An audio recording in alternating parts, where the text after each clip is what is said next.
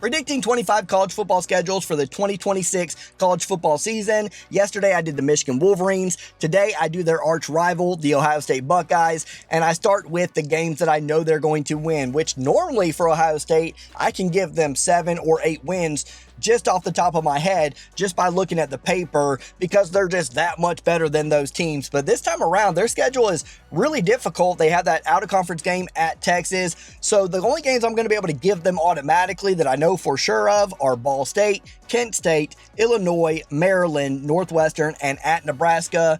At Nebraska, in Lincoln, never going to be easy per se, but I think Ohio State will get it done. There's a big-time talent gap between the two, and Raiola transferred over to Oregon out of Nebraska. So let's get into the other 6 games now that we know Ohio State's going to win those 6 and start out 6-0, or at least be 6-0 in our predictions at this point. At Texas, early in the season, out of conference. Last season, they beat Texas. I believe it was by a touchdown in a very defensive ball game. Arch Manning, Julian saying these promising, talented quarterbacks going into that game, but they were stifled by those defenses. This time around, I think Texas gets the win. I just like home field advantage. I don't always pick the home field advantage, but in this kind of game, I'm going to take Texas in Austin. And the Ohio State fans are going to freak out early on in the season. They're going to look at the schedule and still see at Iowa, at Indiana, at Southern Cal, Oregon, and Michigan and say, we can't lose 2 of these games. That's going to be extremely difficult to go 3-2 out of those 5 remaining difficult games. Let's see if they're going to do it. Now, later on in the season, week 5 of their season, they play at Iowa. Of course, you remember years ago when Iowa put up, 55 points at home. This is a different Hawkeyes football team. Just like I said yesterday against Michigan, I don't think Iowa can keep up offensively. If they can't keep up offensively against Michigan, they for dang sure can't keep up offensively against Ohio State. Ohio State will win that game. I think it could be interesting going into halftime. It might be worth sticking around for the second half, but early into the third quarter, it might start getting out of control. Now you look at that game at Indiana. Of course, Indiana beat them in another defensive ball game last season in the Big Ten Championship game. Ohio State's going to be so hungry for revenge in this one. And you look at Indiana, and they lost Omar Cooper, and they lost Surratt, and they lost Roman Hemby, and they lost Kalen Black, and most importantly, they lost Fernando Mendoza. Now, I won't give up too much for that because I think I'm going to do Indiana next, but Mendoza was a special guy. Like, talent-wise, he was the number 1 pick, obviously, so he's very talented, but talent-wise, I've seen quarterbacks like him, but guts and glory-wise, that's about all I'm going to say because I don't want to give up too much or whatever. But Fernando Mendoza, probably not as replaceable for the Indiana Hoosiers as they would like him to be. Okay, it's going to be difficult replacing that kind of guy, that kind of leader. I like Ohio State in this ball game. I just think the revenge factor is there. You got Sayin, you got Bo Jackson, you got Jeremiah Smith, you got these guys that are very important and integral to this team playing in this game, knowing that taste in their mouth from last year that some of these players for Indiana don't have. So I'm going to give Ohio State the win there. Now they play at Southern Cal the very next week.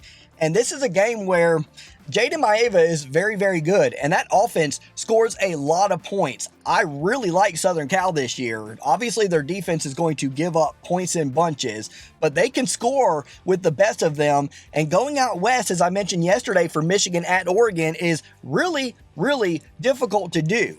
And you can't say that I only pick the home team in these games. Like I said earlier, I prefer to pick the home team in these games, but I just picked Ohio State on the road against Indiana. This time around, I think Southern Cal's going to get it done against Ohio State. I just think Ohio State has so much on their plate this season, and that is not an easy game going that far out west. And it's just difficult to win these kind of games when you have to score with that team that's at home. So I'm going to go with the Southern Cal Trojans, and now all of a sudden, for Ohio State, from my predictions alone, you're looking at 8-2 so far. They more than likely need to go 2-0 in these remaining 2 games to assure themselves a spot in the playoffs. That's versus Oregon, and then the last game of the season against my Michigan Wolverines. So here we go. With that home game against Oregon, of course, Dante Moore returns for the Oregon Ducks, but they lose Kenyon Sadiq. They lose Malik Benson. That's a very, very motivated, very good Oregon Ducks team.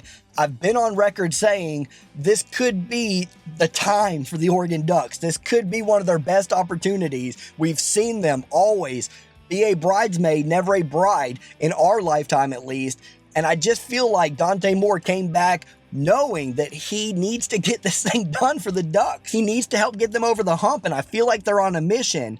I just don't think they'll have enough against Ohio State. I think this game will actually be a little bit more defensive, a little bit more of a struggle for the offenses than what people are going to think. Obviously, these offenses are very prolific, but these defenses are sneakily good, and I don't think that Oregon will have enough at the end of the day against the Buckeyes on the road. I like the Buckeyes to improve on my predictions to 9-2 going into that Michigan game. And of course, that Michigan game I predicted yesterday. So I don't want to be too much of a spoiler here and make this so anticlimactic, but you already know if you watched yesterday's video that I have Ohio State winning this football game. Here's the video right here if you want to watch my reasoning as to why.